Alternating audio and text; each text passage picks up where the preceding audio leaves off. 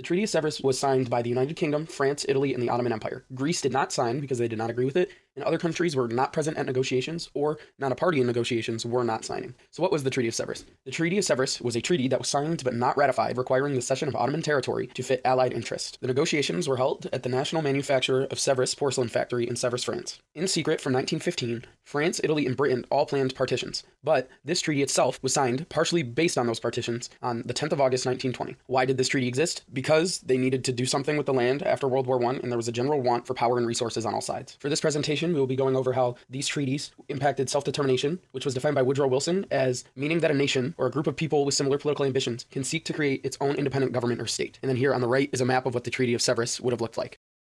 First, France was deeply concerned about the debts owed by the Ottoman Empire before and after the war and wanted them to pay reparations.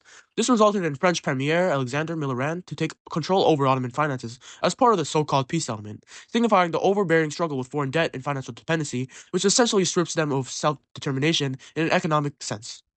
The treaty also reintroduced Ottoman capitulation, which gave foreign individuals special economic rights over Ottomans, angering Turkish nationalists.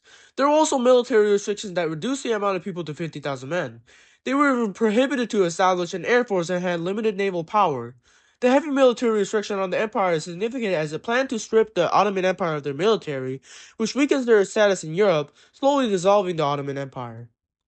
So let's talk about some territorial provisions that were included in the treaty. So we had the creation of the Armenian and Kurdish states, spheres of influence for France, Italy, Britain, and the Greeks. And something that was important to note was the Sykes-Picot Treaty, which did not have the Turks involved. That was an agreement between the British and the French regarding that they both have spheres of influence in the region. So some key factors were social factors. The British outposts were immediately attacked after the proposal of the treaty, which showed the social opposition to their involvement in the region.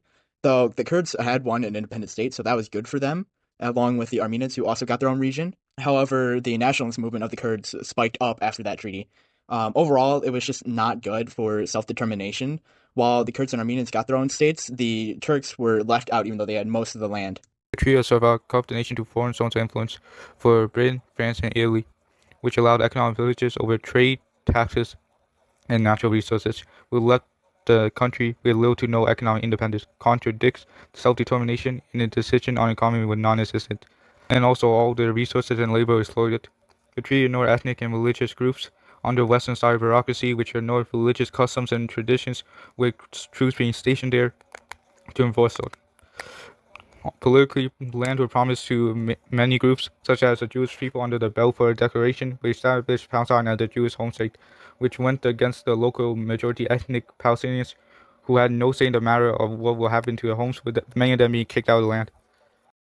Now in the abandonment of the Treaty of Sevres and moving on to the Treaty of Lausanne. Then there were 15-month-long open negotiations in the Paris Peace Conference of 1919 and the Conference of London, February 1920. The Treaty of Sevres took shape after the San Romeo Conference, April 1920, and the powers couldn't agree, thus it was delayed. Then there was the Turkish independence movement, which meant it was delayed for even longer, and finally it was changed with the Treaty of Lausanne. So the abandonment to the Treaty of Lausanne encouraged self-determination. The Treaty of Sevres encouraged self-determination much less than the Treaty of Lausanne, which can be seen as the secret negotiations of the Treaty of Sevres did not involve the United States.